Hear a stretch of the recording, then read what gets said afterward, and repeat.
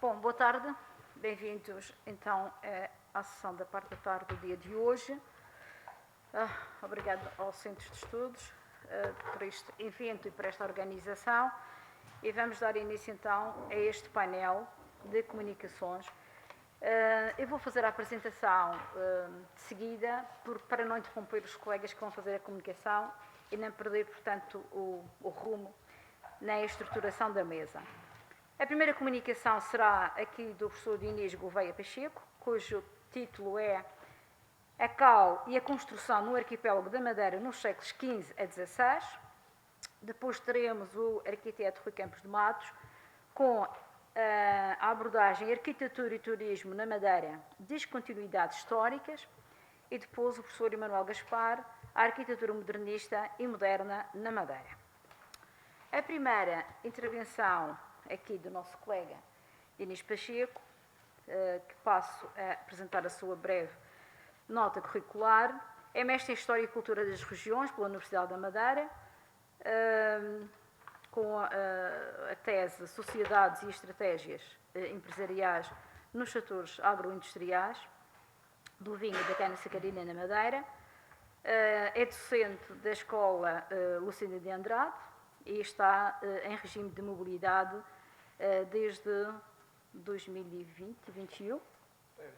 É deste ano só, já está há mais anos, já está há mais anos, mas este ano continua em mobilidade na Rota da Cal, Associação de Investigação e Divulgação dos Fornos da Cal, e tem um conjunto de artigos publicados, inclusive no Dicionário Enciclopédico da Madeira, e outros trabalhos, inclusive também no Arquivo Histórico da Madeira, nova série, com o seu contributo.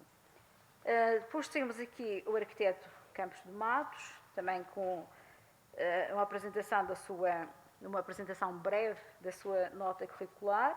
É arquiteto pela Faculdade de Arquitetura da Universidade de Lisboa, onde se doutorou em Teoria da História, em Teoria e História, com a tese financiada pelo FCT. Portanto, é investigador do Centro de Investigação em Arquitetura e Urbanismo e Design da Faculdade da Universidade de Lisboa, onde desenvolve um projeto de pós-doutoramento cujo tema é Madeira, Arquitetura, Paisagem e o Turismo. Também pertence ao Centro de Investigação o CIERN, portanto, o Centro de Investigação de Estudos Regionais e Locais da Universidade da Madeira. Foi também presidente da Delegação de Ordem dos Arquitetos aqui na região autónoma. Tem uma vasta obra publicada em livros e em artigos, e também em artigos crónicas dos jornais, que nos vai alertando para questões do património, e também livros e artigos publicados da sua autoria. Depois temos o professor Emanuel Gaspar, que é mestre em Arte e Património pelo Departamento de Arte e Design da Universidade da Madeira, é licenciado em História, variante História da Arte, pela Faculdade de Letras do Porto. Tem trabalhado nos últimos anos essencialmente sobre o património arquitetónico modernista e moderno no arquipélago da Madeira, tendo várias intervenções, quer em comunicações, congressos, colóquios, mas também com artigos publicados e também, para referir os últimos dois livros, um que é resultante da sua tese sobre o Chorão Ramalho e um sobre a arquitetura no arquipélago da Madeira. Passo então a palavra ao Diniz. Peço aos conferencistas que sejam cumpridores do tempo dos seus 20 minutos. Eu não sou exatamente um exemplo para pedir o cumprimento do tempo, mas para a organização, para funcionar bem a nossa organização, peço então o controle do tempo. Depois faço sinal dali quando faltar 5 minutos, está bem? Pronto. Obrigada.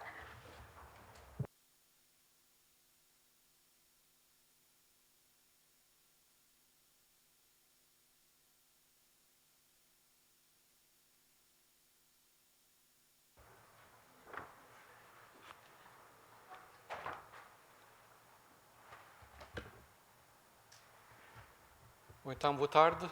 Cabe a mim iniciar os trabalhos aqui da parte da tarde deste dia. A minha apresentação vai correr automaticamente, portanto o tempo está cronometrado e quando chegar ali ao fim eu também tenho que terminar. E penso que vou tentar cumprir. Além disso, peço desculpa, vou ler para não perder também aqui no meio das notas. Portanto, eu queria primeiro agradecer à Secretaria Regional de Educação por me permitir estar na Rota da Cal, Associação de Investigação e Divulgação de Formas de Cal, e também ao Diretor do Arquivo e Biblioteca Pública da Madeira e ao Diretor de Serviços do Centro de Estudos de História do Atlântico, Alberto Vieira, pelo convite. A minha apresentação, como pode observar, está organizada em 3 pontos. Além da introdução e da conclusão, vou falar sobre a cal edificada no primeiro século do povoamento, depois uma parte sobre um diferente fiscal sobre o fabrico de cal, a proibição da elaboração de formas de cal na Madeira e ainda o estanque da cal e as obras municipais no século XVI. Em relação a estes aspectos, então, a começar pela introdução.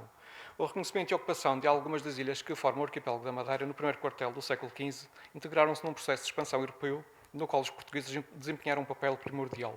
Estas ilhas atlânticas já se encontravam cartografadas desde meados do século anterior, mas o seu povoamento e exploração económica ocorreram apenas após 1419-20. Assim, a fixação dos primeiros povoadores nas ilhas da Madeira e do Porto Santo correspondeu ao início do processo de humanização da paisagem, quer através da distribuição de terras para arroteamento, quer da realização de diversas benfeitorias, quer da construção de edifícios civis, religiosos e militares. A presente comunicação procura sumariar o conhecimento sobre esta atividade de enorme relevância para o edificado de pedra e cal no espaço insular. Começamos por identificar algumas situações envolvendo a importação de cal no século XV e nas 2 primeiras décadas do século XVI para erigir as construções mais emblemáticas do arquipélago, culminando com o controle da comercialização e proibição da elaboração dos fornos de cal com o intuito de preservar a lenha e o tabuado para o fabrico e acondicionamento do açúcar. Não obstante, poderá datar de meados do século XVI o início de exploração de pedreiras calcárias no Porto Santo, na Madeira ou até no Ilha de Baixo e Ilha da Cal, associados às obras de fortificação do Funchal, particularmente após o saco corsário de 1566. Em relação ao primeiro ponto, então, no que respeitou aos recursos minerais existentes no subsolo, Dom Duarte reservou para a coroa quaisquer vieiros de ferraria e de outros metais, na carta de doação das ilhas ao infante Dom Henrique em 1433, depois confirmada por Dom Afonso V em 1461, a linha com o estipulado nas ordenações afonsinas.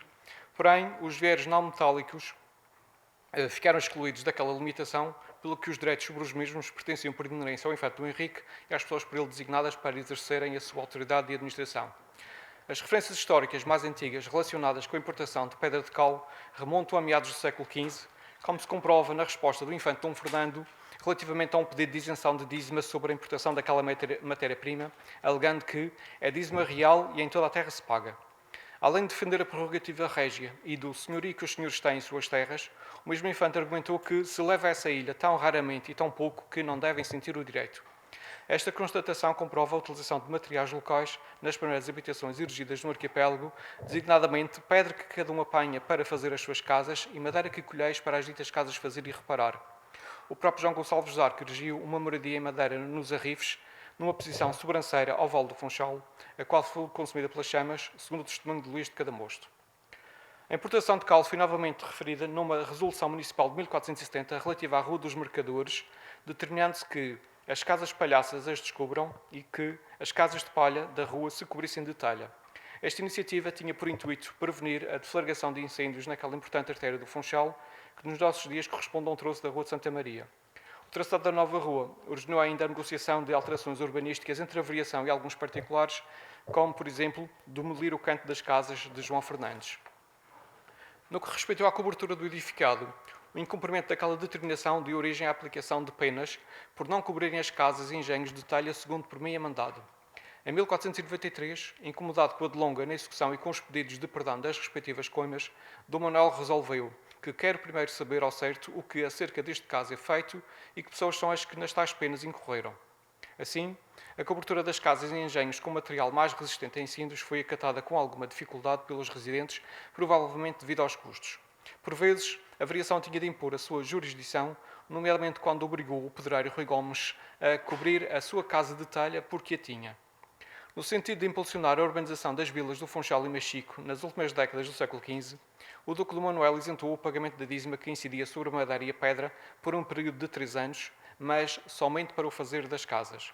Tudo indica que as primeiras habitações foram edificadas com a madeira que trazem da serra para as suas casas, e assim da pedra que trazem das pedreiras e de outros lugares para elas, e assim da cal que aí se faz, que nunca costumaram pagar. A última referência indicia a elaboração de fornos de cal no Funchal, pois era mais fácil transportar a pedra de cal para ser calcinada no local do que a cal viva ou hidratada. Acresceu ainda um novo pedido não atendido para isentar a dízima sobre o fabrico de cal. Relacionado com o aumento da população na ilha e as necessidades fermentárias, o mesmo duque determinou a reparação ou construção de moinhos em diversos locais, especificando que façam no mais, no dito lugar do Funchal, 2 moinhos bons de pedras grandes e alvas, isto é, as mãos seriam muito provavelmente lavradas em calcário.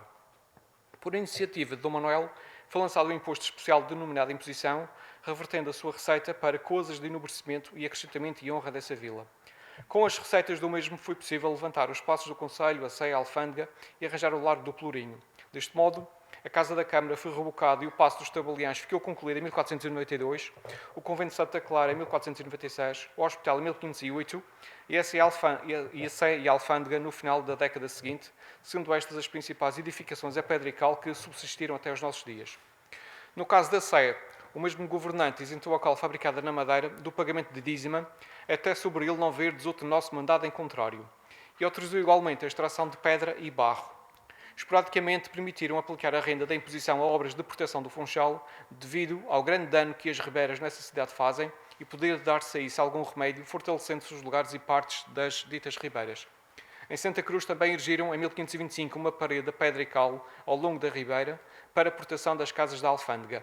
De igual modo, a salvaguarda da igreja de São Bento e do lugar da Ribeira Brava implicaram algumas intervenções no leito da ribeira.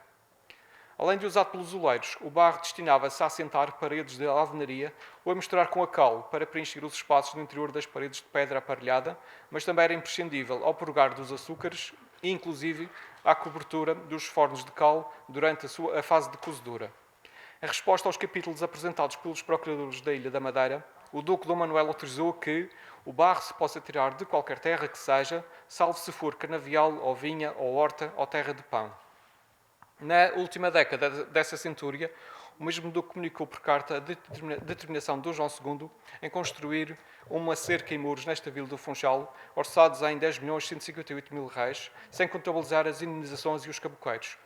Previa utilizar 4 moios de cal por cada braça de alto e de largo, prefazendo 16.600 moios, avaliados em 4.680.000 reais, isto é, cerca de 46% do valor orçamentado. Contudo, o projeto não se materializou por reclamação dos residentes, os quais relevaram os pesados encargos a que se encontravam sujeitos com as várias obras em curso e demonstraram a grande opressão à terra e que, fazendo-se recebereis todos muitas perdas e esses danos, levando ao seu cancelamento a 9 de janeiro de 1494. O enriquecimento proporcionado pela exportação do açúcar traduzia-se no surto urbano que levou Dom Manuel I a elevar a vila do Funchal à cidade em 1508, aludindo a que tem crescido em muito grande povoação. Porém, as novas edificações deram aso a algumas intervenções da Câmara para disciplinarem o surto e salubridade urbanas. Nesse sentido, mandaram vir o Sr. Provedor e o almoxarife João Manuel para falarem sobre as casas que foram impedidas. Mas também deram parecer positivo a alterações urbanísticas solicitadas por particulares, nomeadamente Bento Gonçalves, para abrir um portal e 2 janelas de adufas na praça, a qual licença lhe dão por parecer nobreza da cidade a praça ficar com portais de cantaria e janelas.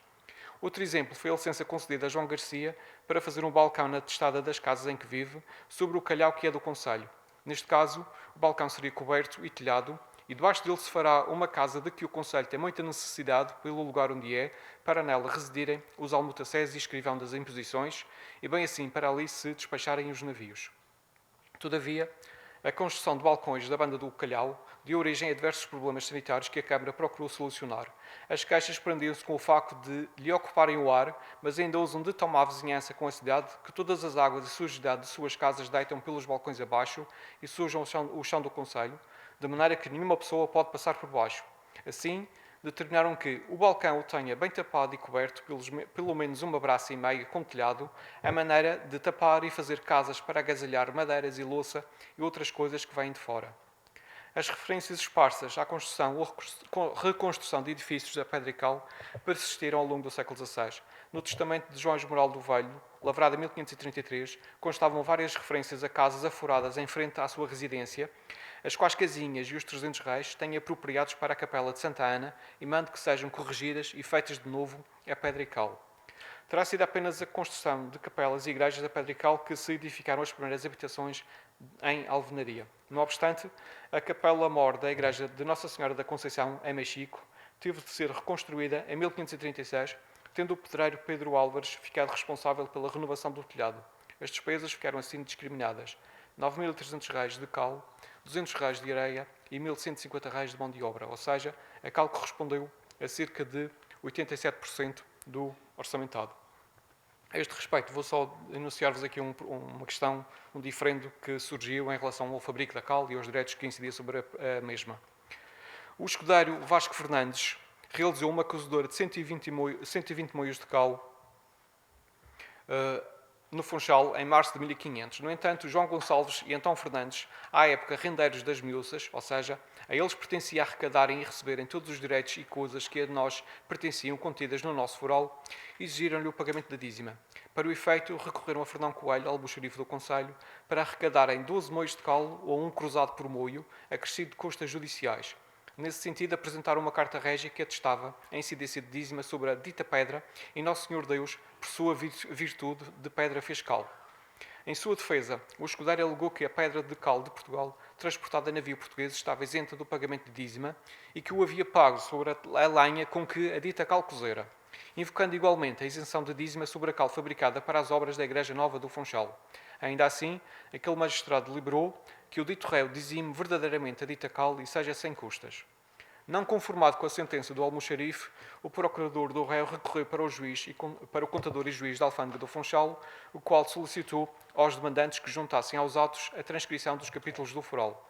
Os demandantes instruíram que toda pedra e tijolo que aí se faça e apanhe hão de pagar o dízimo, no forno ou na pedreira. Por seu turno, o réu apresentou outro capítulo do mesmo foral, onde constava que as mercadorias que forem de nossos naturais, assim destes reinos como de nossas ilhas, forem em navios do reino, não pagarão dízimo. Tendo em conta os documentos apresentados, o contador sentenciou que não é bem julgado pelo almoxarife em condenar o réu e, corrigindo a sua sentença, o absolvo e seja sem custas.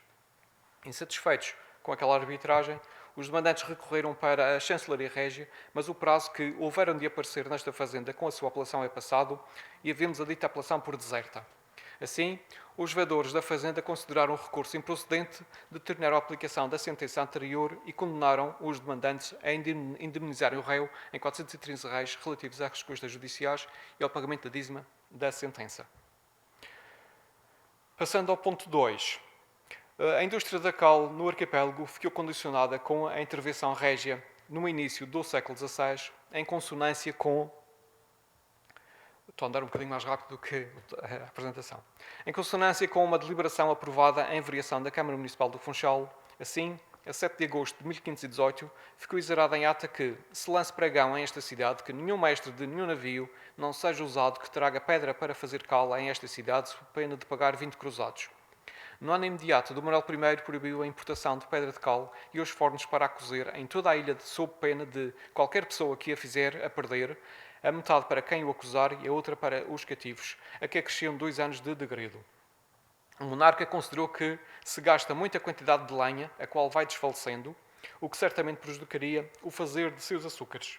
Concomitantemente, por esta altura já estariam concluídas as principais obras régias no Funchal, particularmente a Alfândega Nova, cujas paredes foram rebocadas com a cal adquirida em 1517. Passando ao terceiro ponto. Apesar dos condicionamentos ao funcionamento dos fornos de cal na Ilha da Madeira, as principais obras civis e religiosas careciam de cal para as argamassas de assentamento, enchimento, reboco e caiação. O controle municipal sobre o abastecimento de cal interferiu inclusivamente com a periodicidade das reuniões, ao ponto de, em quarta-feira, 29 dias do mês de janeiro de 1522, não se fez variação por andarem os oficiais sobre a descarrega da cal do Sr. Santiago. Como facilmente se constata, tratava-se de cal importada destinada a edificar um templo com a invocação de São Tiago Menor, recém-designado protetor da cidade do Funchal, por ocasião da peste que assolava a Madeira. O fabrico e a comercialização da cal constituíam domínios sobre a alçada municipal. A Idilidade do Funchal publicou uma postura no decurso do século XV para punir, entre outras coisas, a venda de cal sem conhecimento do almutaceiro. Por intermédio de um documento de 1531, constatamos a regulamentação do preço e o regulamento dos rendimentos da cal em um caderno deste ano em que se fez o assento disso, sendo o moio transacionado a R$600, exceto o moio para corrigimento da casa desta Câmara. Pero Álvares ficou encarregado de 25 moios de cal, mas, segundo o próprio, não achou mais de 19 moios. Durante esse ano, procedeu à venda de 18 moios pelo montante de R$10.600, aos quais descontou R$200 correspondentes à sua gratificação, R$610 de aluguer do armazém e outras despesas, e R$1.500 do pagamento de touros para a festa do príncipe. O remanescente, mais precisamente R$8.310, houveram por depositados em mão do dito Pero Álvares para se comprar outra cal para as necessidades. A existência de um poço para abastecimento de água nas imediações do edifício do Hospital da Santa Casa da Misericórdia levantou algumas questões de salubridade.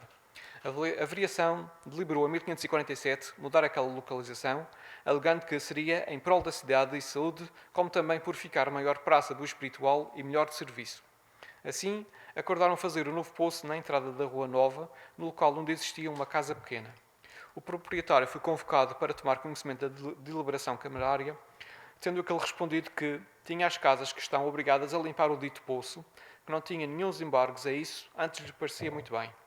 Em seguida, colocaram a obra em pregão e adjudicaram-na pelo menor custo ao pedreiro Gonçalo Álvares, tendo-lhe adiantado dinheiro de contado e assim lhe deram cal para assentar a pedraria. O abastecimento de cal para a edificação do Colégio dos Jesuítas em 1577 voltou a colocar em evidência a inexistência ou insuficiência desta matéria-prima no arquipélago, sendo necessário providenciar a sua importação da região do Mondego. Esta pretensão foi deferida pela autoridade régia, embora salvaguardando a prioridade no fornecimento de cal para a execução das obras régias. Todavia, alguns autores defendem que a exploração de pedra calcária no Porto Santo e nos ilhéus confinantes teve início em 1533 ou, o mais tardar, em 1566, para acorrer às obras de fortificação do Funchal após o saque corsário francês. Não obstante, no que respeita ao regimento de fortificação de Dom Sebastião, implementado até 1595 pelo mestre das obras reais, Mateus Fernandes, a única muralha verdadeiramente levantada e passada a pedra e cal na cidade era a da Ribeira de João Gomes. O estanque da cal vigorou durante todo o século XVI, pois, num documento de 31 de dezembro de 1598, Gonçalo Anes, porteiro da Câmara do Funchal, prestou contas de 30 moios e 5 alqueires de cal destinados às obras municipais, mas acrescentou que estas não se materializaram por falta de verba. O rendimento da cal desse ano ascendeu a R$11.680, aos quais deduziram R$1.350 de concertos na Ribeira de João Gomes, R$3.900 de despesas com os Lázaros, R$5.460 de diversos trabalhos para taparem as portas da Rua do Peixe e Sabão e Varadouros, incluindo R$1.200 com o aluguer do armazém da cal e R$300 de emolumentos ao notário. Os R$970 remanescentes foram entregues a André de Galos para serem despendidos com os leprosos. Portanto, apesar destas necessidades de cal, designadamente na segunda metade do século XVI, a Câmara Municipal do Funchal retomou a provisão que está no cartório desta Câmara, pela qual defende o Rei Nosso Senhor que não haja nesta cidade e ilha fornos de cal. Determinaram então lançar um pregão para que nenhum barqueiro nem mestre de navio traga a esta cidade pedra para fazer cal, sendo crua, com pena de a perder e a embarcação em que a trouxer, a metade para os cativos e a outra metade para quem acusar, e em 2 anos de degredo para um dos lugares de África. Porém, e apesar disto tudo, a cal viva ou hidratada continua a ser livremente importada e utilizada nas mais diversas obras de alvenaria. Agora, para concluir, a fixação de população no arquipélago da Madeira e a humanização da paisagem foi conseguida com o aproveitamento de recursos naturais locais. Após a construção das primeiras casas em Madeira, com as implicações de segurança inerentes a esse material combustível, começaram a erigir edifícios em alvenaria e cobertura em telhado. Todavia, por ser praticamente inexistente na Ilha da Madeira, está a demorar muito, a pedra de cal era importada. A exploração de barreiros foi igualmente autorizada, pois serviam para assentar paredes em alvenaria, misturar com a cal ou cobrir os próprios fornos de cal durante a calcinação do calcário. A necessidade de cal durante as primeiras décadas do povoamento terá sido residual, mas, Com o aumento da riqueza proporcionado pela cultura sacarina, deu-se um surto de urbanização. Porém, o preço da cal inviabilizou a sua disseminação, uma vez que representava pelo menos metade dos valores orçamentados. Assim, um meio de cal ascendeu a cerca de R$ 300 em 1493, R$ 400 em 1500, R$ 600 em 1531 e R$ 720 em 1586. A elaboração de fornos de cal na Ilha da Madeira deu origem a algumas contendas legais no que respeitou à cobrança de direitos sobre a matéria-prima. Na segunda metade do século XV, o infante Dom Fernando asseverou o pagamento de dízima, mas, em 1500, Dom Manuel I isentou a dízima que incidia sobre a pedra de cal destinada à edificação da Sé, desde que a mesma tivesse origem no Reino e fosse transportada em barco português, tal como aludiu o escudeiro Vasco Fernandes em sua defesa. Com a conclusão das principais obras régias no Funchal, a Câmara Municipal e Dom Manuel I proibiram o fabrico de cal na Madeira, respectivamente em 1518 e 1519, e tentavam com isso evitar os enormes gastos da lenha na calcinação do calcário. Porém, a necessidade de defesa da cidade através da construção de fortificações poderá ter impulsionado a exploração de pedreiras no Porto Santo, no Ilhado Baixo, na segunda metade dessa centúria. Isto é uma hipótese que não está confirmada, não é? Porque para já não desconheço e não sei de ninguém que tenha encontrado alguma informação que diga, que afirme que haja mesmo essa exploração de pedreiras calcárias na segunda metade do século XVI. Ainda assim, a edilidade funchalense controlou a comercialização da cal, cujos rendimentos eram arrolados ao longo do século XVI e utilizados para diversas finalidades.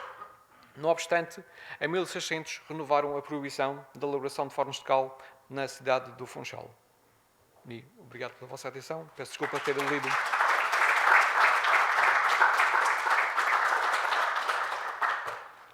Portanto, num período que se estende do início... Bem, em primeiro lugar, agradecer este convite, já me ia esquecendo, ao Dr. Filipe Sousa e ao Dr.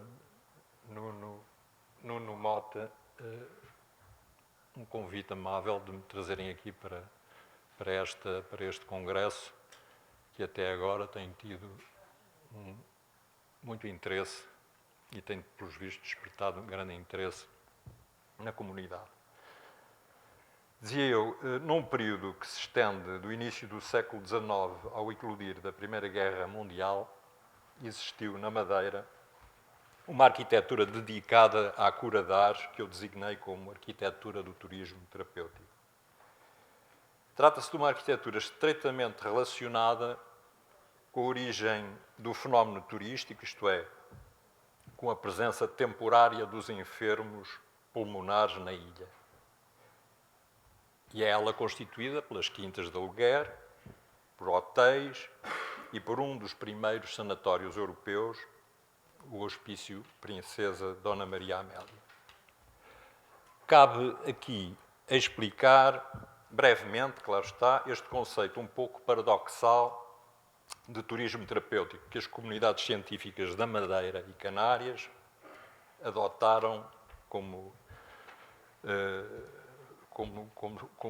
importante, não é? O turismo terapêutico, que é uma forma de designar a chamada cura de Ares, é um fenómeno social tipicamente oitocentista que surge como consequência da climatologia médica, que prescrevia para estas enfermidades a mudança de ares como forma de tratamento.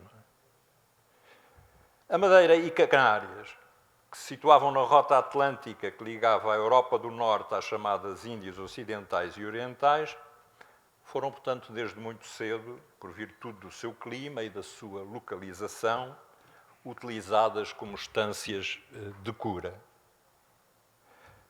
Portanto, convencionou chamar-se a esse período de gênese do turismo insular, que abrange todo o século XIX e os anos que precedem já no século XX a Primeira Guerra Mundial, como de turismo terapêutico. Ora, para acolher os primeiros fluxos turísticos constituídos pelos doentes pulmonares que se deslocavam em cura de Ares, para além dos hotéis e dos sanatórios, proliferaram então, sobretudo na periferia do Funchal, as quintas de aluguer, vulgarmente conhecidas como quintas madeirenses. E esta é a grande originalidade da Madeira como estância de turismo terapêutico.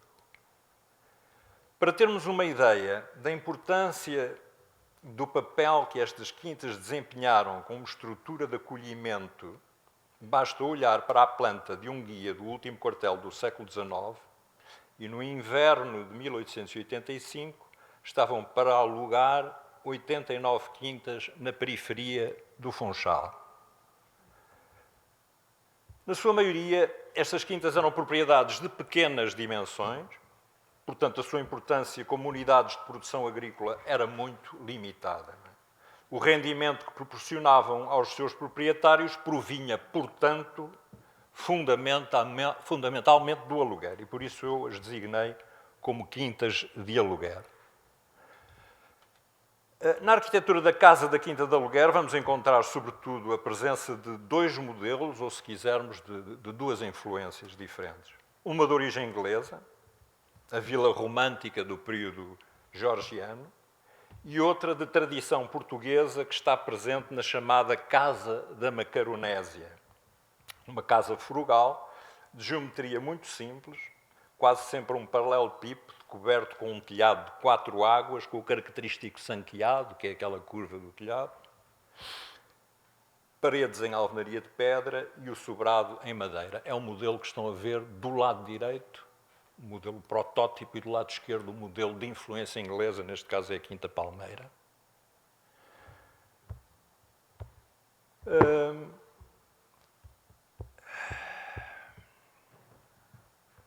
Mas mais importante do que a arquitetura da casa, isto é, a forma como ela se implanta no terreno, isolando-se no interior do lote, ajardinado. É essa forma como ela se isola no interior do lote ajardinado. Casa e jardim formavam uma unidade indissociável e ao jardim cabia o papel primordial. Era nele, evidentemente, que o doente fazia a cura de ares. A tipologia urbana predominante na periferia do Funchal era, portanto, a que melhor se coadunava com o turismo terapêutico. Edifícios isolados, em lotes jardim, cujas frentes confrontavam com estradas e caminhos de traçado aparentemente espontâneo. Foi esta periferia habitada e fértil das quintas de aluguer que fez do Funchal, durante mais de um século, a estância terapêutica de eleição no Atlântico Norte. Tal como na capital madeirense, também na ilha do Tenerife, no arquipélago das Canárias, para ser mais preciso, no Porto da Cruz, se encontrava uma periferia semi-rural de povoamento disperso, isto é, uma tipologia urbana muito semelhante à da periferia do Funchal. Estas, portanto, são para mim as chamadas paisagens do turismo terapêutico. Na verdade, trata-se de uma paisagem pré-industrial que foi obra de muitas gerações de povoadores agricultores, uma sociedade de cariz marcadamente rural, que desde o século XV foi transportando para as ilhas os saberes milenares das regiões de onde provinha e adaptando-se, evidentemente, ao novo meio. Não se pode dizer, portanto, que tivesse sido o turismo terapêutico a gerar esta paisagem. Mas a verdade é que a presença que nela tiveram os viajantes e os enfermos ao longo de todo o século XIX e dos primeiros anos do século XX não só contribuiu para a sua sustentação, como lhe imprimiu a sua marca. A arquitetura do turismo terapêutico é, evidentemente, essa marca. As quintas de aluguer, os hotéis, os sanatórios, que eu aqui acabei de vos referir.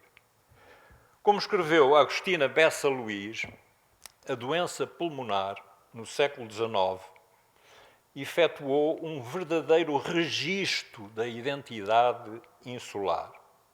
Dito por outras palavras, foi através do olhar citadino e culto dos enfermos que estas ilhas e as suas paisagens foram reveladas ao mundo. E ao fazê-lo, eles fixaram a sua identidade.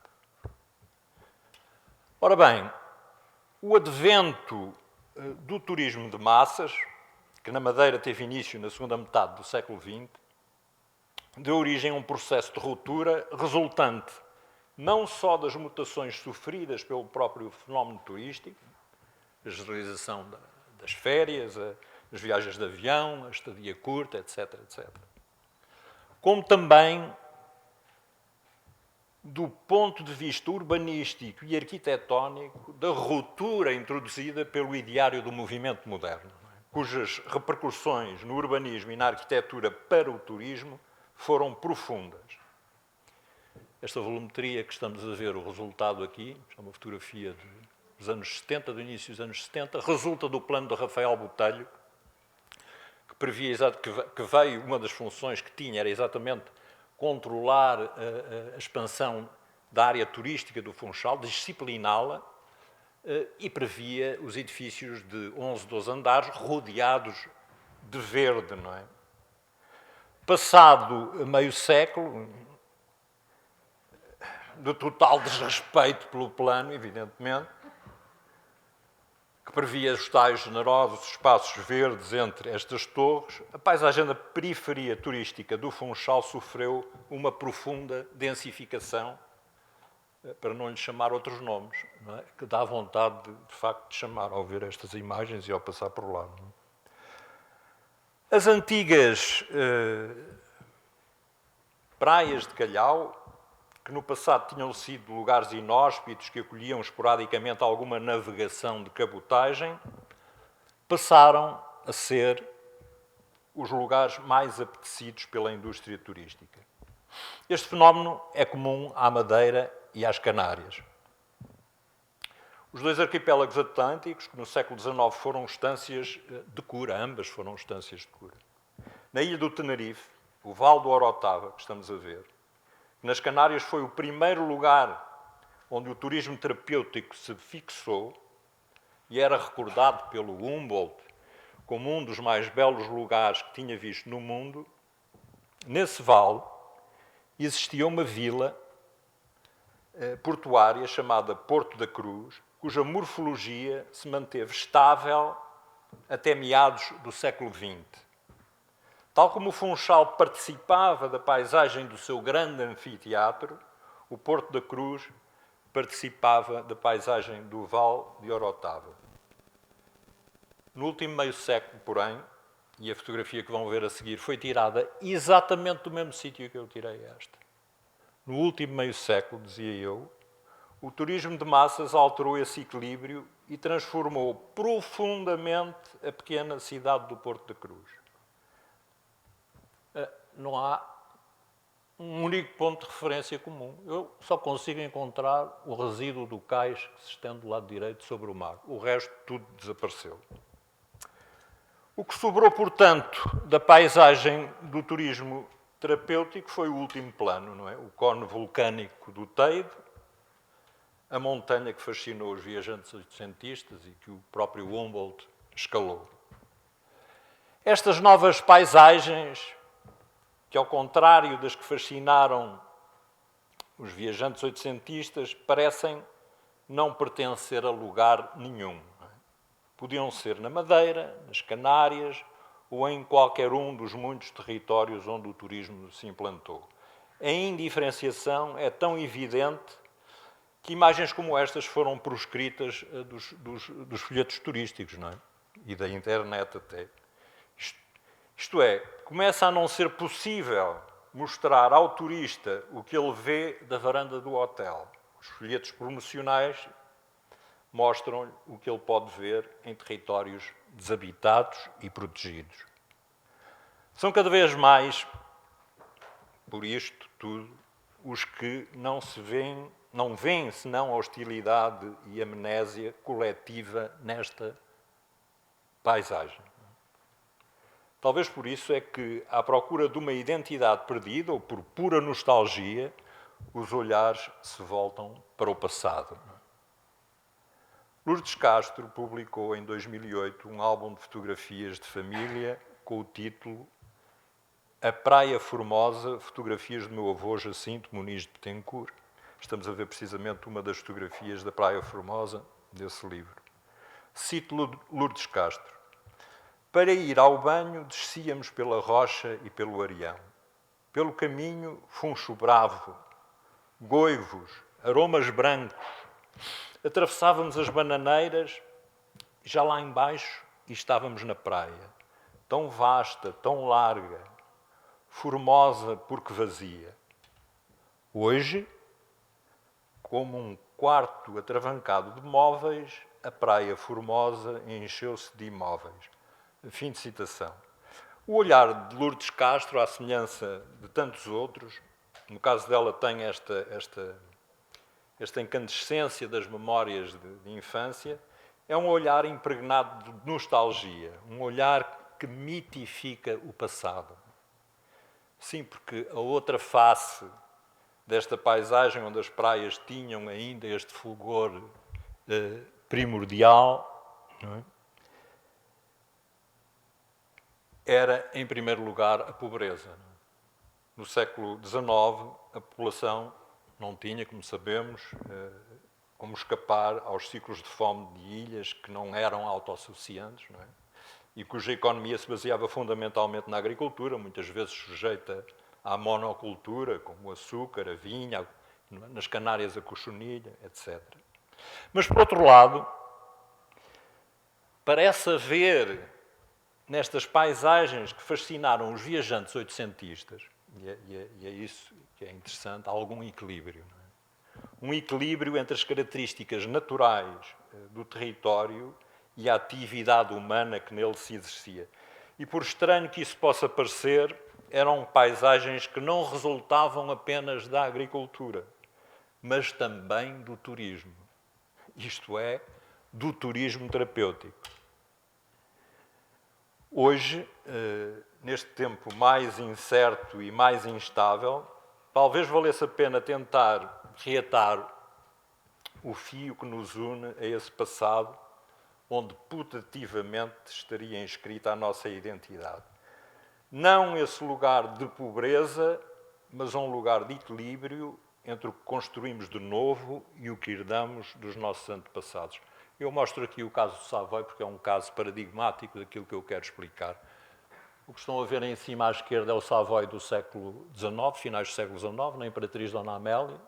Depois o Savoy dos anos 30, onde perdura, digamos assim, ainda um pouco da imagem do que são as torres à vista navios da nossa cidade, alguns dos elementos característicos da nossa arquitetura. Depois temos o Savoy dos anos 60, onde isso começa a desaparecer, e finalmente temos o Savoy do século XXI, onde de facto não está aqui em causa a qualidade da arquitetura, mas a escala e a forma como ele se implanta num trecho de cidade onde as memórias do passado estão muito fortemente ainda presentes, é, do meu ponto de vista, reprovável. É curioso constatar outra coisa. O modelo de arquitetura hoteleira com que os madeirenses se identificaram no início do turismo de massas, por volta nos anos 60, quando o aeroporto abriu, foi o modelo de Canárias. Mais uma vez, não está em causa a qualidade da arquitetura. Os hotéis de 500, 600, 1000 e tal quartos, que nas Canárias ocuparam uma paisagem muitas vezes desocupada, depois de terem destruído completamente os antigos lugares onde o turismo terapêutico se instalou, os lugares históricos, como o Porto da Cruz, implantou-se nestes territórios disponíveis que eles tinham de sol e de praia. Amphi Beach Club, mais uma vez, arquitetura, esta até inspirada nas arquiteturas e nas esculturas, na arte do César Manrique.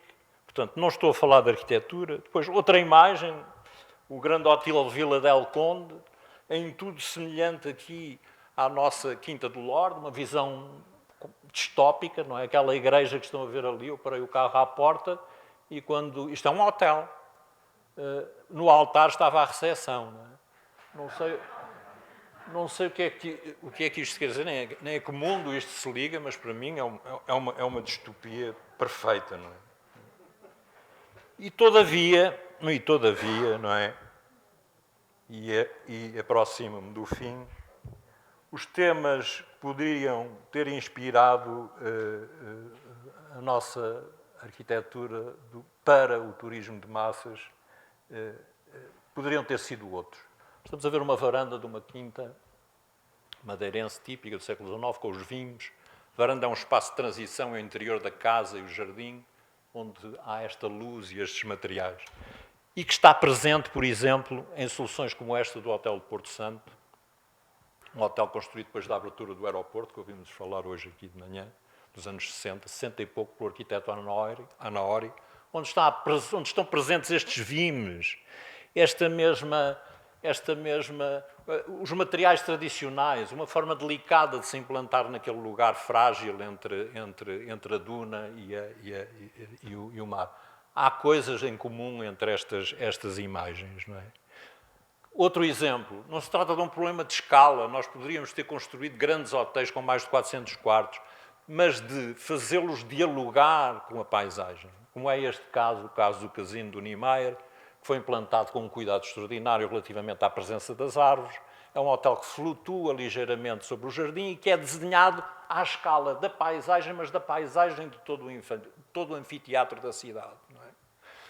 Comparemos, para termos uma ideia daquilo que eu estou a dizer, porque às vezes estas coisas em arquitetura não são muito claras, com o que teria sido este hotel se tivesse sido desenhado pelo Simeão Mendes, que fez o Hotel Sheraton. Esta é a proposta que foi feita para o mesmo sítio e para o mesmo hotel. O que seria de nós se naquele sítio onde está estivesse esta coisa banal, não é? Que está aqui, não é? Para não lhe chamar outros nomes. Ou, mais uma vez, o tratamento de um tema que é querido aqui ao meu amigo Emanuel, no Chorão Ramalho, no hotel, mais uma vez arquitetura turística, o arquiteto vai buscar o tema do tapa-sol da Casa de Fresco, que por sua vez procede do Mocharabe e de influência hispano-árabe. Portanto, temas que na nossa cidade nós conhecemos e que a arquitetura pode tratar, dando-nos um sentido moderno, não é? Ou outro caso, aqui temos uma arquitetura que não tem nada a ver com as quintas do século XIX, que eu ando a falar há muito tempo. Isto é arquitetura moderna, é rigorosamente moderna, do arquiteto João Favila, na Quinta da Casa Branca. Mas a forma como ela se instala no terreno, como dialoga com o jardim, não é? Como se encaixa no verde, não é? Tudo isso está presente nas quintas do século XIX. Portanto, não tem a ver sequer com a expressão arquitetura. É outra herança, é esta herança que eu falo. E, finalmente, para dar um exemplo meu, porque, para não dizerem que eu também só faço as neiras, do inícios do século XX, finais do século passado, a recuperação da estalagem de Santa Serra, que eu encontrei neste estado e que, depois de restaurada, continua a ser um hotel, continua a ser uma estalagem, hoje não sei bem o que é, foi adquirida por um grupo hoteleiro. O essencial que está aqui presente é que o restauro das unidades antigas pode ser também uma via para recuperar esse fio condutor que nos traz do passado e que, quanto a mim, é o segredo para nós termos uma arquitetura e uma paisagem com história e com alguma coisa a ver com aquilo que nos identifica e que nos distingue dos outros mundos e de outras paragens. E é tudo. Muito obrigado.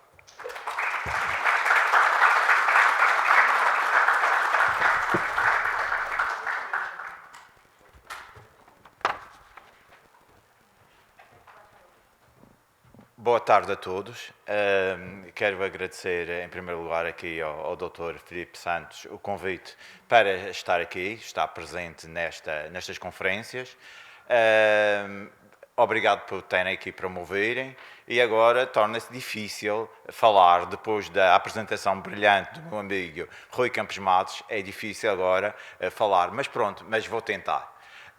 Vamos falar então sobre arquitetura moderna e modernista na Madeira.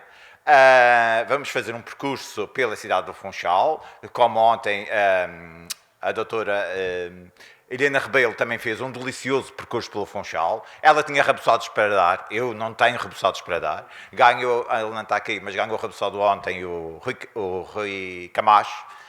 Não tenho rebuçados para dar, mas acho que podemos fazer uma viagem agradável pelo Funchal.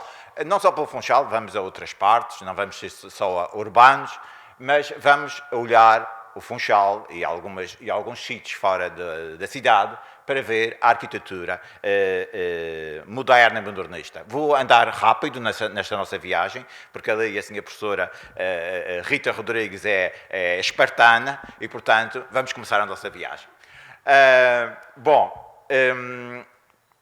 Penso que isto está a funcionar. Tá. Bom, começamos aqui pela escola Dr. Salazar, a escola dos Ilhéus, que é a obra do arquiteto Edmundo Tavares. É uma escola feminina, era uma escola exclusivamente feminina. Hoje funciona aqui os Julgados de Paz, como sabem. É um edifício perfeitamente austero, limpo, sem telhado, não é? O uso das lajes de betão, as simetrias das cubicagens, das aberturas, um edifício perfeitamente limpo. Não é? Esta é do Edmundo Tavares. O Edmundo Tavares tinha sido um arquiteto que veio para a Madeira trabalhar, foi professor na Escola Industrial e Comercial do Funchal e, portanto, desenvolveu alguns edifícios aqui para a Madeira. Aqui vemos um edifício do sanatório, hoje o Hospital João de Almada, construído para os problemas daqui, como o amigo falou, das maleitas do peito, não é? A Curadares, não é? Que é do arquiteto Regaleira, mas penso eu, mas isso aqui o meu amigo Rui Campos Matos é mais especialista do que eu, que de alguma forma teve alguma parceria ou inspirou-se num primeiro projeto do Carlos Ramos, porque o Carlos Ramos chegou a desenhar um projeto e parece-me que há aqui uma miscigenação, porque como ele já via aquele projeto do Carlos Ramos, um projeto mais limpo, mais austero, como gostava, porque a arquitetura hospitalar era uma arquitetura querida dos arquitetos modernos. Porquê? Porque permitia exatamente aquelas cubicagens, como se quer um hospital, cubicagens, quartos, tudo muito austero, tudo muito racional, não é? Portanto, isso era o que os arquitetos modernos queriam, eram estes programas hospitalares. É um edifício de 1940, vou andar rápido. Aqui temos o do Edmundo Tavares no mercado, não é? Que faz os anos, não é? Parece-me que faz hoje 81 anos, não é? Do arquiteto Edmundo Tavares, o tal que era professor na Escola de Comércio do Funchal, Industrial e Comercial do Funchal. Reparem o pormenor aqui, não havia ainda aqui, este vão foi tapado, não é? Hoje em dia tem aqui um painel de azulejos com uma imagem antiga do mercado de Dom Pedro, não é? Que ficava onde é hoje a alfândega do Funchal, e tem aqui uma imagem do antigo mercado, que no meio tem aqui a Lídia Cisne, não é? Que hoje está no átrio da Câmara Municipal do Funchal, mas ainda não havia. Portanto, parece que aqui o desenho do painel agora não digo, peço desculpa, do pintor alemão, Max Romer, exatamente, é do Max Romer, peço desculpa, é do Max Romer. Aliás, a estética destes azulejos daqui não tem nada a ver com a estética dos azulejos na entrada do mercado. Portanto, são diferentes. Portanto, este painel aqui do Max Romer foi depois o desenho do Max Romer.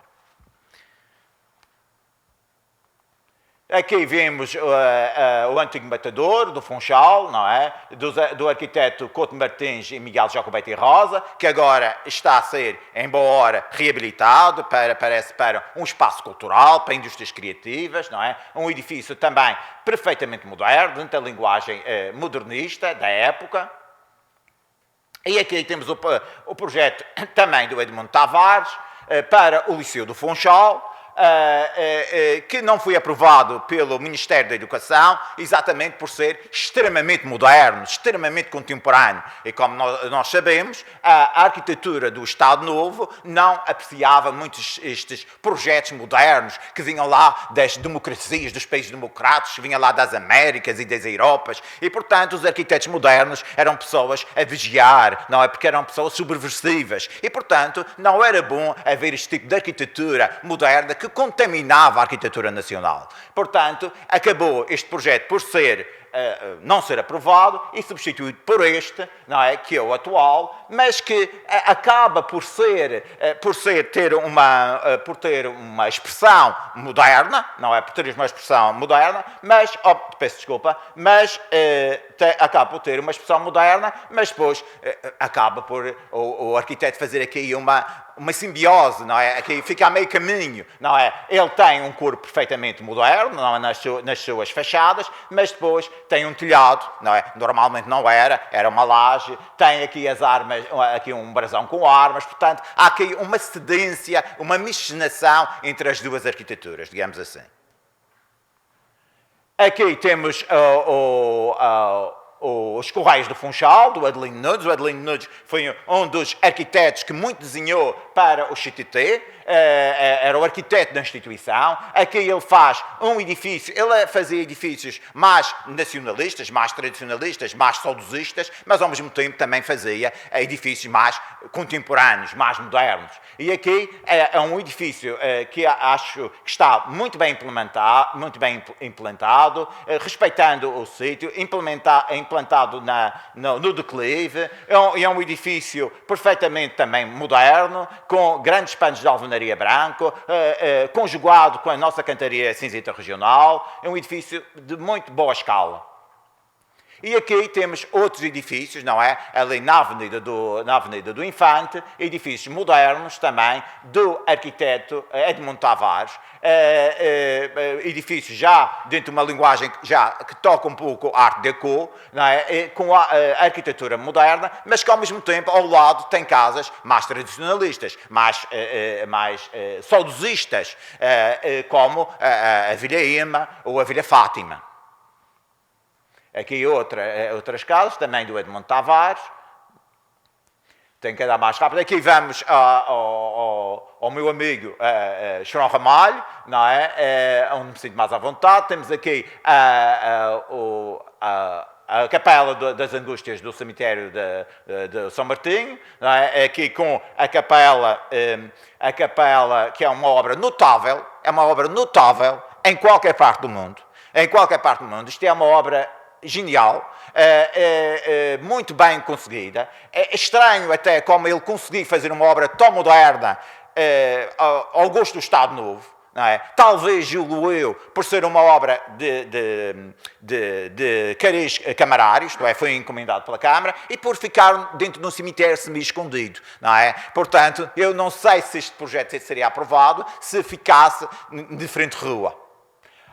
É um projeto extraordinário, com este pano aqui desmaterializado com cruzes gregas, não é? Com cruzes gregas envidraçado para a iluminação do interior. Aqui um Cristo do querubim Lapa, quase que levitando. Aqui o ossário. Reparem que o ossário, a beleza destes pilotis, leves pilotis, muito delicados, em que esta cobertura não chega a tocar na parede do ossário. Não é? Há aqui uma certa poesia, um certo cuidado, há muito cuidado nesta expressão. Não é? Aqui há muita delicadeza. Desculpem, o entusiasmo tem que andar mais rápido. Aqui podemos ver o interior, não é? Com um Cristo do Lagoa Henriques. Aqui vemos outra vez a mesma. Peço desculpa.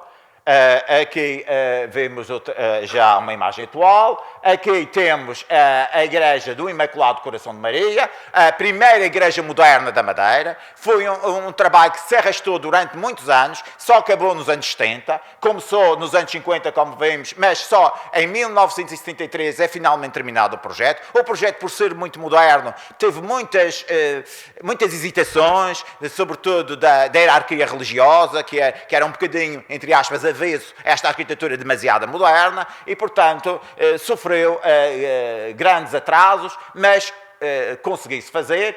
Chama a atenção para que estes que não se chegou a fazer. Tinha aqui estes painéis que eram com desenhos em relevo do Amândio de Sousa, do escultor Amândio de Sousa, mas que infelizmente não foram feitos. Tinha aqui cenas bíblicas do Amândio de Sousa. o uso da cantaria regional, a cantaria cinzenta. Reparem para uma inovação litúrgica, que é aqui o batistério no exterior. O batistério não está no interior da igreja, o batistério está no exterior da igreja sobre um exonártex, coberto com uma laje em betão aparente. Aqui vemos aqui um pormenor também. Esta inovação de um novo membro que é trazido para a comunidade é cá fora. A torre isolada, como gostavam dos arquitetos modernos, torre isolada da igreja, o campanil. Aqui vemos o campanil também com uma grelha, tão ao gosto dos arquitetos modernos, usar as grelhas em betão aparente. O interior da igreja com o teto em betão aparente, com as confragens, com a doçura das confragens, se ver os veios da madeira, não é? De uma beleza extraordinária. Aqui do Chorão Ramalho também a Casa Bianchi, na Estrada Monumental. Está aqui o que o nosso amigo falou, o Rui Campos Matos, as Casas de Fresco, a Casinha de Prazer, numa reinterpretação contemporânea. Está aqui a reinterpretação contemporânea também dos nossos corredores, das nossas latadas de vinha, mas em betão aparente. Este contacto com o jardim que as casas do século XIX tinham, não é? Portanto, aqui há um entendimento do que é a arquitetura local, não é? Numa reinterpretação contemporânea, mas absorvendo as lições da arquitetura regional. Aqui outra imagem. Aqui a Casa Homem da Costa, também do Chorão Ramalho, construída para o Coronel Homem da Costa, que na altura era presidente da Comissão, era presidente da Junta Geral do Distrito Autónomo do Funchal.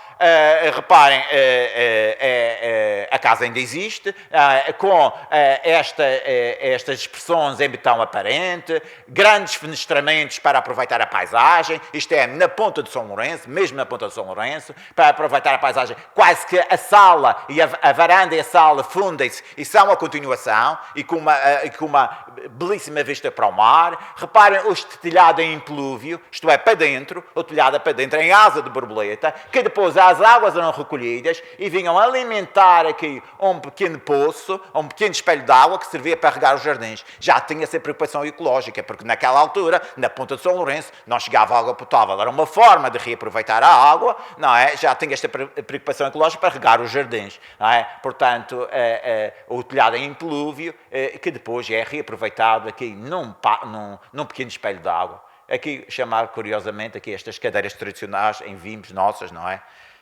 Dos anos 70, da Camacha. Aqui a imagem da casa atual. Aqui vimos o tal espelho de água que falei. Aqui o hotel da Quinta do Sol, que falámos, que aqui o meu amigo falou ainda há pouco, não é? Reparem a expressão, não é? Da tal casinha de prazer, não é? O usado nas casinhas de prazer, usado nas nossas casas, os tapa-sós, que aqui é usado quase até exaustão, não é? Fica só a ossatura do hotel, a ossatura é a parte estrutural em betão aparente, o resto desaparece. Não é? As paredes são todas transparentes e apenas cobertas de tapa-sós. Não é? Portanto, fica só a estrutura do hotel, a ossatura. Aqui vemos o edifício Freitas Martins. Ontem falámos da empresa Freitas Martins, a propósito da história dos arquivos particulares, ali que é a doutora Joana Silva. Este é um projeto também do Chorão Ramalho, um edifício extremamente bem implantado na Avenida do Mar, com respeito pela escala, com respeito pela avenida, com respeito pela cidade, insere-se perfeitamente na rua, com estas lajes em betão aparente. Depois o interior, não é? Todos muito envidraçados, com muita luz natural. Aqui o interior, curiosamente, esta caravela é do Amandio de Sousa, uma pintura um trabalho do Amandio de Sousa, que mais tarde vai surgir no cimo deste hotel um dos melhores restaurantes da cidade, que era o restaurante Caravela, que infelizmente depois fechou, com todo o mobiliário desenhado pelo próprio arquiteto Chorão Ramalho. Eu gostaria de ver, porque está fechado, se ainda existe esse mobiliário, esse design que o próprio arquiteto desenhou. Tinha curiosidade em saber. Aqui o Hotel Bela Vista, foi desenhado para hotel, desenhado para o hotel pelo João Ramalho. É um edifício que se assenta com delicadeza na paisagem, aproveitando as curvas de nível, adaptando-se às curvas de nível do terreno, à altimetria do terreno. Se nós virmos o hotel, não, hoje em dia não é o hotel, é Lar da Bela Vista, porque foi construído para o hotel, entretanto meteu-se o 25 de Abril. O projeto do hotel não se concretizou, por problemas que têm a ver exatamente com os problemas da Revolução de 25 de Abril. O governo comprou no início dos anos 80 e adaptou a lar da terceira idade, hoje sendo o maior lar de terceira idade do país. É o maior do país. Mas já estava lá construído, basicamente estava construído o hotel, quando o governo comprou para adaptar a lar da terceira idade, mas é um edifício extremamente, muito bem desenhado. Aliás, se nós virmos este edifício, este lar, do lado poente, do outro lado da cidade, nós vimos que ele encaixa bem. Ele é um edifício partido, adaptando-se às curvas de nível, e apesar de ser uma volumetria imensa, ele dilui-se na paisagem. Aconselho a fazerem essa experiência quando olharem o edifício de longe. Aqui a Segurança Social, também do João Ramalho, uma obra também notável, abrangendo todo um quarteirão. Reparem que ele desenha uma rua elevada para quando as pessoas entrarem não atrapalhar esta passagem natural da rua. Há aqui uma rua superior, digamos assim, não é, para haver uma certa separação. O uso nos nossos tapaçós, não é? Esta memória que ele vai buscar da nossa arquitetura, os tapaçós, a cantaria vermelha, a cantaria cinzenta, o calhau rolado. E depois faz grandes pátios abertos no interior, grandes pátios abertos ajardinados, memória das nossas quintas, não é? Grandes jardins. A torre da habitação, a primeira grande torre construída no centro da cidade, que na altura quase que dialogava com a Torre da Sé, ou entrava em disputa com a Torre da Sé, mas ele optou por fazer essa torre para libertar toda a volta e fazer grandes jardins, porque ele tinha um programa para fazer X apartamentos para a classe média, mas era preciso, se ele fizesse densamente, tapava as vistas do Tardós. Então ele optou por construir uma grande torre e libertando a vista de quem estava para trás, não é? E ao mesmo tempo criando grandes zonas verdes. Aqui ainda o Centro de Saúde de Bom Jesus, antigo centro médico. O uso, reparem este pormenor, o uso da tradicional calcetamento em calhau rolado, não é tão nosso, tão particular, mas ao mesmo tempo misturado com as lajetas em cantaria cinzenta, neste jogo aqui quase abstrato, não é? Mas ao mesmo tempo dando um conforto também ao andar, não é? Nada aqui é à toa, é tudo pensado. Reparem este chão que nós passamos lá e às vezes não reparamos neste pormenor de um chão extremamente bem conseguido, bem pensado, não é? Em que há aqui o resgate da nossa memória, o resgate da nossa arquitetura e dos nossos chão calçado, mas numa interpretação contemporânea.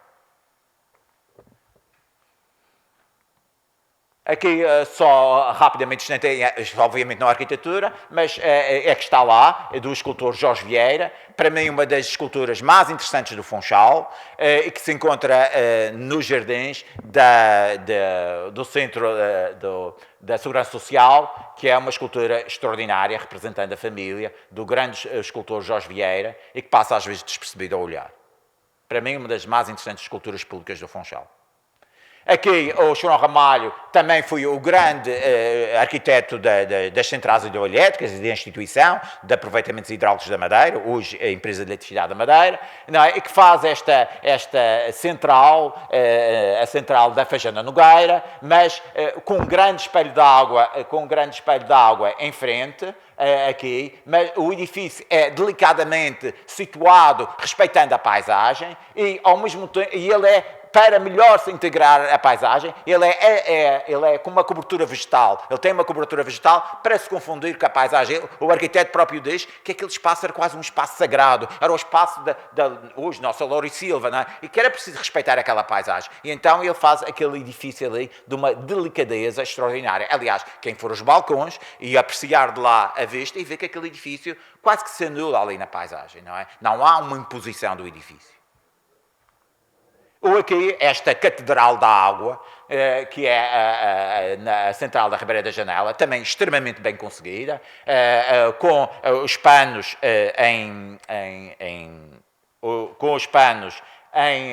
em aparelho de pedra basáltica, grandes envidraçados, um edifício também muito bem conseguido. E aqui a Central Térmica do Funchal, hoje mais conhecida com este nome poético, Casa da Luz, não é? Quem diz assim a um continental, é Casa da Luz, é um bocado esquisito, não é? Chamar-se Casa da Luz, mas é o nome popular, tem este nome poético da Casa da Luz, e que é um projeto do João Ramalho também, que estendeu-se durante muitos anos, ele teve várias obras durante vários anos seguidos, até terminar nos anos 70. Vemos aqui uma imagem atual. Este andar aqui superior já é um aumento do arquiteto João Caires, este piso aqui, já dos anos 80 ou 90. O uso da nossa cantaria, o Chorão Ramalho, os Brise Solaire, a cantaria Rija, Brise Solaire aqui, portanto, aqui também, portanto, corta-sós, digamos assim. Aqui um espaço que infelizmente desapareceu, que é a Cervejaria Coral, desenhado em 1969 para o edifício Guilhotot, na parte de baixo, no resto do chão do edifício Guilhotot, é onde é hoje a Clínica da Sé. A parte de baixo hoje é um incaracterístico centro comercial da Sé, e ele tinha desenhado esta cervejaria em 1969, exatamente para comemorar a cerveja que apareceu nesse ano, a cerveja Coral, a marca Coral, a cerveja já existia, mas a marca Coral, e o edifício, e a cervejaria chamava-se Coral, como as grandes cervejarias de Lisboa, com mobiliário desenhado pelo Amândio de Sousa, e com estes interessantes painéis com motivos marinhos do Curubim Lap, que hoje em dia podemos encontrar ainda lá, uns vestígios, não é? Ainda os vestígios, infelizmente, desapareceu, não é? Aqui vemos outra imagem, mas ainda encontramos alguns vestígios, a maior parte, infelizmente, foi destruído. Aqui não vou perder tempo na parte, com muita ética, que o Chorão Ramalho fez na recuperação da antiga alfândega do Funchal, chamando a atenção só para o hemiciclo, em calcário de molianos, semi-enterrado, para melhor integração paisagística. Claro que ele não ia fazer um edifício mimético, ia fazer um edifício contemporâneo da sua altura, da sua época. Causou muita polémica, por ser exatamente muito moderno na altura, nos jornais. Aqui, a escola primária do Porto Santo, é uma escola extraordinária, que foge ao plano centenário, não é? Foge ao desenho do plano centenário. Ele conseguiu fazer esta escola, não é? Porque ele queria fazer uma outra escola também assim moderna para a Ribeira Brava. Infelizmente, o Ministério da Educação não aprovou, e a que está lá, hoje em dia, é uma escola do plano centenário. Portanto, uma escola extraordinária, não é? Dentro da arquitetura moderna. Por cima era coberta com terra-salão para melhor controle térmico das salas de aula. Depois, cá fora, em frente à canda sala, havia uma árvore e um pátio, porque havia a parte feminina e a parte masculina, mas a aula podia se estender cá para fora, não é? Eu imagino estes miúdos, não é? Que viviam, miúdos pobres, não é? Que viviam no Porto Santo, mas depois tinha uma escola destas que podia ser em Nova Iorque ou podia ser noutra cidade desenvolvida. E aqui a habitação da Rua Nova da Alegria, do arquiteto Luz da Conceição. É um arquiteto que merece ser estudado, mais a fio, com mais atenção. Hoje em dia é na Rua Nova da Alegria. Hoje em dia aqui funciona, está alugada a casa e funciona uma instituição da Segurança Social para acolhimento de crianças com problemas de relacionamentos familiares. E é um edifício também notável. Aqui tem um painel representando a família. Curiosamente, foi-se instalar ali uma instituição ligada à família. O que eu descobri na memória descritiva era que esta casa foi feita para um casal sem filhos. Desde lá, não sei que propósito, mas dizia lá que era para um casal sem filhos. E depois tem aqui na varanda um painel exatamente representando a família. É um pai, uma mãe e uma criança e um anjo voando. Agora, fica a indignação. Será que eles queriam tanto uma criança que mandaram fazer aquele painel ali? Ou será que tinham perdido uma criança? Não sabemos. Fica a hipótese. Não é? Mas é um painel interessante, feito por um professor da escola Soares dos Reis no Porto.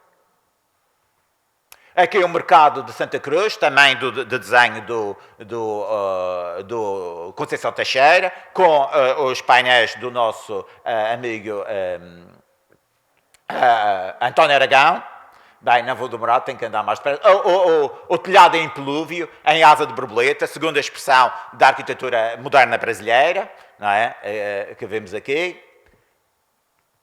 Vou andar mais rápido. Esta casa, a casa Uf Ansel, do arquiteto Luz da Conceição Teixeira, também em Santa Cruz. Penso que conhecem, não é? Aqui passa mesmo a via rápida, não é? É uma casa muito bem desenhada também pelo arquiteto Luz da Conceição Teixeira, com grandes com grandes vãos totais, não é? Rodeada de belos jardins, muito bem integrada na paisagem. Foi feito para um casal austríaco que estavam nos Estados Unidos, mas eram austríacos. Aqui o dispensário de Câmara de Lobos, do Januário Godinho. É quase um bocado a pensar assim, bem, o Januário Godinho fazer um edifício destes, quase um edifício simplório, não é? Que o Januário do Godinho dedicava-se a grandes edifícios, a câmaras, a tribunais, não é? Era o arquiteto dos grandes tribunais, mas ele vai fazer este edifício aqui. Foi encomendado pela Junta Geral do Distrito Autónomo do Funchal. Primeiro ali era a Câmara, era ali que se previa construir a Câmara, e há um desenho dele mesmo para a Câmara. A Câmara de Câmara de Lobos situava-se ali com uma vista soberba sobre a baixa da localidade. Não deve ter, julgo eu que não deve ter havido dinheiro, é sempre o nosso problema, não há dinheiro. A Câmara não foi feita, e em substituição foi feita este pequeno edifício, um dispensário, mas também muito útil para a sociedade, porque naquela altura havia grandes problemas com a maternidade, as muitas crianças, a falta de cuidados de saúde, e então a Junta Geral substituiu a construção da Câmara pela construção do dispensário. Também não foi mal. Isto foi mais útil para as pessoas, penso eu. Vou ser muito rápido. Aqui, desculpem que o entusiasmo e depois eu lembro-me de histórias e vou atrás, vou-me ser mais rápido. Aqui a escola notável também da Nazaré, do outro arquiteto importante para a Madeira, arquiteto moderno, o Gós Ferreira. Hoje em dia aqui funciona a Universidade Sénior do Funchal, um edifício também muito bem desenhado. Não vou-me perder. Aqui um edifício extraordinário também, a Casa Rui Gós Ferreira, a Casa Rui Menezes, de 1971, muito bem desenhada. Vamos rapidamente entrar nela, quem não gosta de ir ao Porto Santo, vamos entrar rapidamente no Porto Santo, entrar na casa. Vemos aqui pormenores da casa, como ela é muito bem desenhada, esta escada em caracol, o interior da casa, o mobiliário todo desenhado por ele, ainda está intacta, felizmente. Aqui as mesinhas de cabeceira que se movem para trás e para a frente consoante, a cama é mais larga, menos larga, pões mais um colchão, três mais um colchão, tudo pensado ao pormenor. Lá está aqui o emplastro. Aqui o uso da nossa palhinha, da camacha, não é? Tudo pensado. Aqui o edifício Zinho, um edifício notável do Adolfo Brazão Vieira, na Rua do Jasminheiro. Aqui, outro do Adolfo Brazão Vieira é o edifício onde, penso que não faço nenhuma inconfidência, onde vive o nosso Presidente do Governo Regional. O Hotel do Carmo, também desenhado pelo Adolfo Brazão Vieira. O Adolfo Brazão Vieira é um arquiteto que merece, só mais um minutinho, o Adolfo Brazão Vieira merece um estudo, porque de facto é um arquiteto importante para a Madeira, e há muito pouca coisa feita ou escrita sobre o Adolfo Brazão Vieira. O Adolfo Brazão Vieira estagiou no ateliê o Marcelo Costa, por exemplo, e trabalhou com ele um notável desenhador, que era o Paulo Sabras, que desenhava, por exemplo, as caricaturas do Ronhanhau. Merecia um estudo aprofundado sobre o ateliê deste Adolfo Brazão Vieira, que parece que fez escola. Aqui, só terminar, o Filipe Figueiredo, a Ilma, sei que foi comprado por uma dessas novas empresas de grandes construções de hotéis, espero que fique preservado. Aqui o edifício da América, do Francisco Quego Amaral, o Pitum. Aqui o Hotel Gorgulho, do João da Conceição, de 1973. Aqui o Navio Azul, já um edifício já pós-moderno, não é? Representando o navio com a proa e quase as ondas. Aqui a Igreja da Nazaré, do Rafael Botelho, mas só terminado nos anos 90. O edifício, o notável edifício do Viana de Lima, do Oscar Niemeyer Viana de Lima, mas nisso o arquiteto já falou, vou passando à frente. E aqui, terminando só com esta, que é um edifício que tenho pena de não ter sido construído, muito pena mesmo, que era do Chorão Ramalho, que era o Conjunto do Infante, para onde está o Centro Comercial Marina Shopping. Era um edifício notável, era quase a nossa Gulbenkian. Hoje podia ser a nossa Gulbenkian, digamos assim, porque o edifício previa uma torre, aquela torre era um hotel, mas por baixo eram tudo galerias comerciais e tinha um grande auditório com fosso para orquestra, porque a Madeira não tinha grandes auditórios, com fosso para orquestra e para grandes balhados. E a saída era a saída, não havia esta rua que dá esta volta aqui, a saída dava diretamente para o Parque da Cidade. E, portanto, as pessoas saíam do auditório e iam para o Parque da Cidade. Portanto, um edifício extremamente bem pensado. Infelizmente, o promotor quis aumentar o hotel, quis aumentar a volumetria, o arquiteto recusou-se, porque dizia que ia arrebentar com a escala da cidade. Ele recusou-se, o Presidente da Câmara aprovou outro projeto, que é o projeto que hoje está lá, infelizmente. Aqui só para verem, aqui, portanto, e aqui esta parte e a parte virada à Avenida Arriaga. E aqui era a saída do grande auditório. Vamos fechar, Emanuel? Pronto, obrigado. Peço desculpa.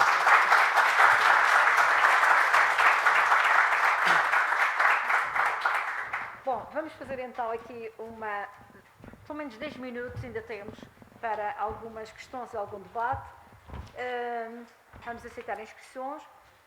Relembro a intervenção do Diniz em relação ao CAU e às suas problemáticas legais com a legislação régia em relação à sua extração, à sua permissão ou proibição da sua extração, a importância que a CAU teve na construção das habitações na Madeira e a importância que foi essa construção, particularmente as construções de pedra e cal e as casas tilhadas para evitar os incêndios, mas também para o melhor conforto dos seus proprietários. Depois uma abordagem do arquiteto Rui Campos de Matos, sempre na sua viagem comparativa entre dos grandes centros que se transformaram, dos grandes centros urbanos que se transformaram, quer o Porto de la Cruz em Canárias, quer o centro da cidade do Funchal, e particularmente com a sua relação intrínseca com o turismo terapêutico.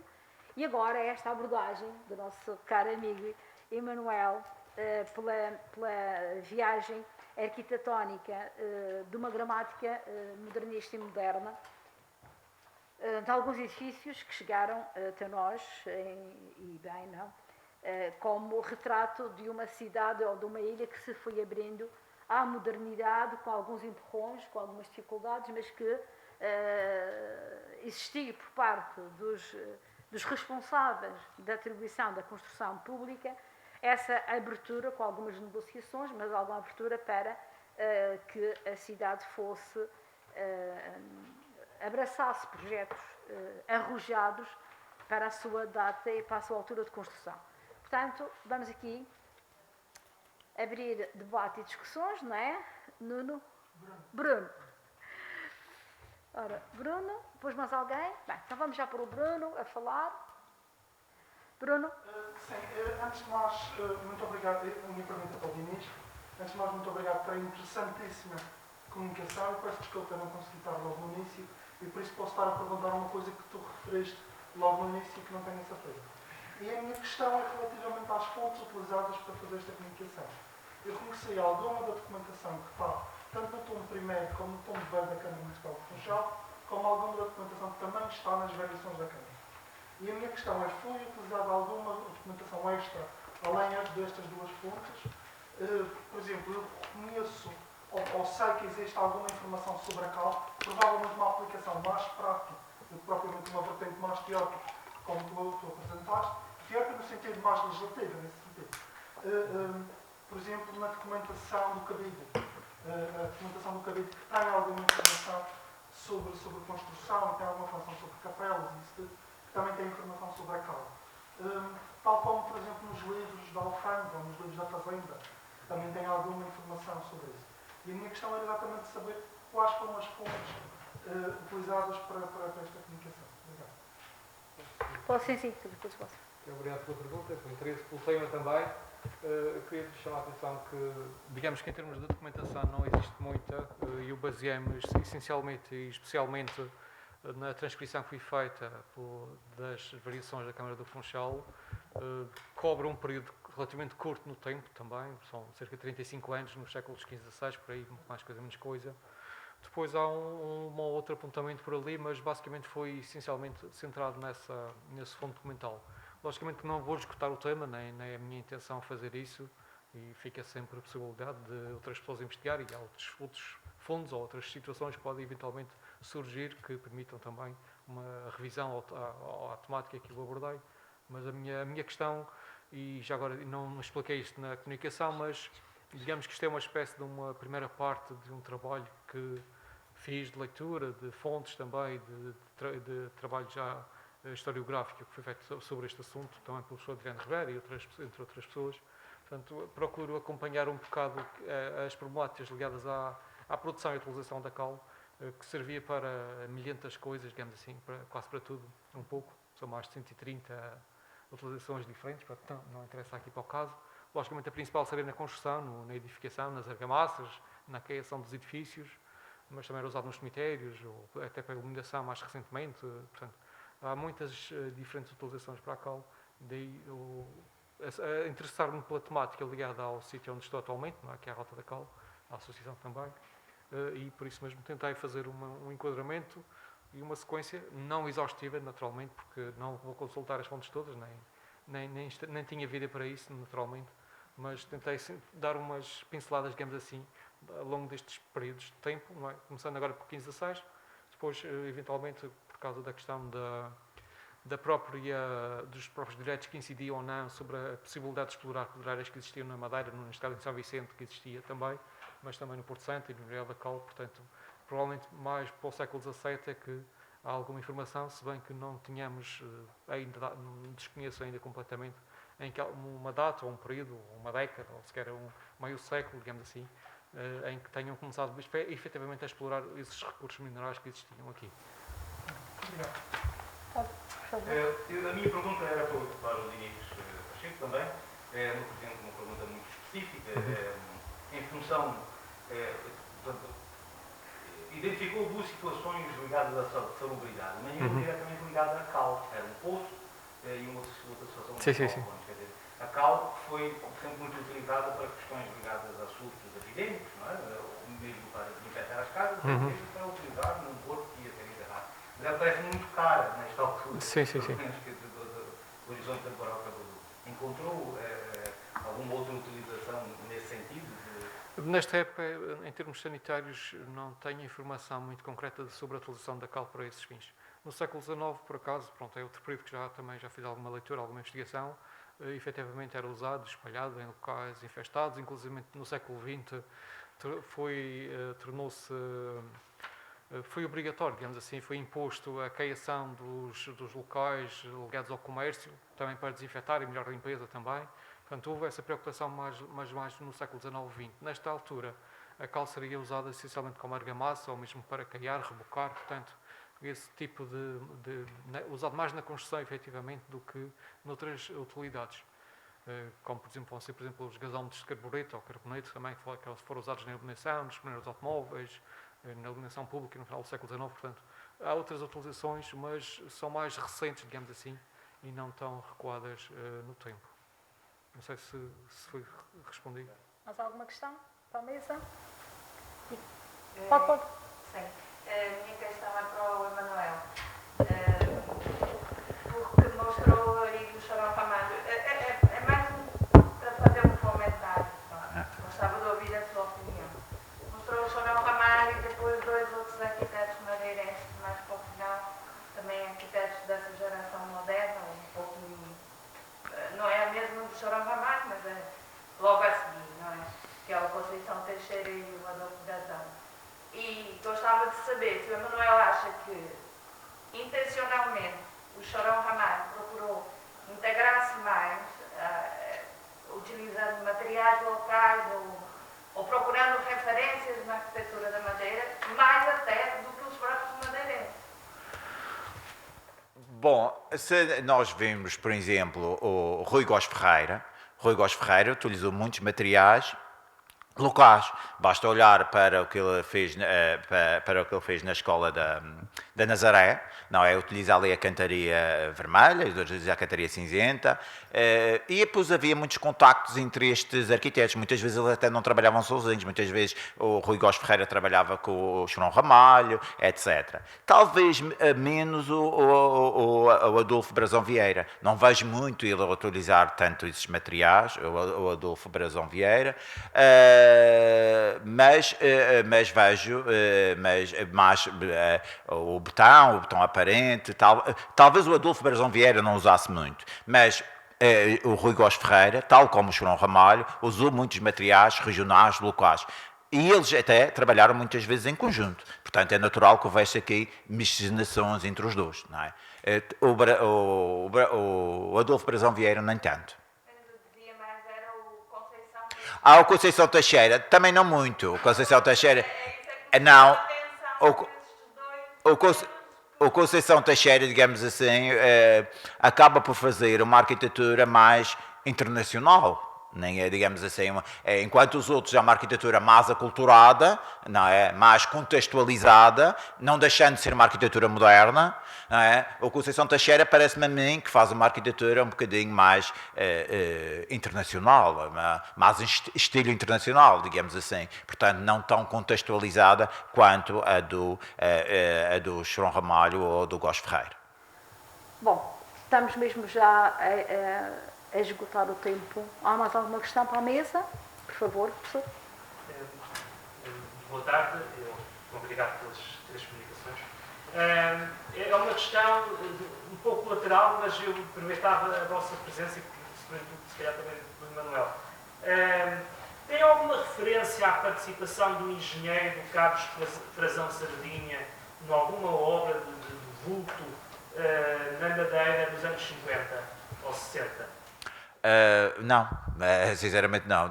Engenheiro, não. Porque esteja recordado, tenho muitos papéis em casa, tenho muitos engenheiros que fazem as estruturas, não é? E que muitas vezes trabalham com os arquitetos e que fazem as estruturas e assinados, quem é que assina a parte da estrutura? Mas não me lembro, são vários, alguns, só procurando em casa no meio dos meus papéis. Mas é capaz, não sei, assim de cor, não sou capaz de precisar. Eu explico o meu interesse. Este engenheiro é o responsável pelo monumento ao Cristo Rei do Lugano, de Nauíla. Mas ele é madeirense. Pois. Foram buscar alguém da Madeira para no fundo, fazer um monumento, portanto, na década de 50. Eu sei muito pouco sobre esta figura. E aquilo que eu não sei é se de alguma forma ele é madeirense, mas a sua atuação foi essencialmente em Angola, ou se ele já tinha uma atuação na Madeira e de alguma forma depois já vai, digamos, formado e com um nome para a Willa. Não, Porventura não será o caso. não sei, infelizmente não lhe sei responder, mas posso procurar em casa a ver. Tenho lá muitas anotações, só vendo assim de cor, que me lembra, não. Mas eu tinha todo o gosto em procurar e em dar essa informação. E peço desculpa pela minha... excedi-me um bocadinho na minha apresentação, mas às vezes resumir em 20 minutos a arquitetura moderna em Badurdista da Madeira é um bocado pedir demais, mas peço desculpa. Bom, vou ter de encerrar para o pessoal poder fazer um intervalo. Quero agradecer ao arquiteto Rui Campos Mato, ao Emanuel, Muito obrigado. ao Dinis, que trato mais por ti, porque já são da minha geração. E, portanto, seja agora um pedacinho, um intervalo, e penso que regressamos às 4, o Filipe não está na sala, mas penso que sim, às 4, para não haver atraso nas comunicações da segunda parte. Obrigada a todos e obrigada à mesa. Obrigado.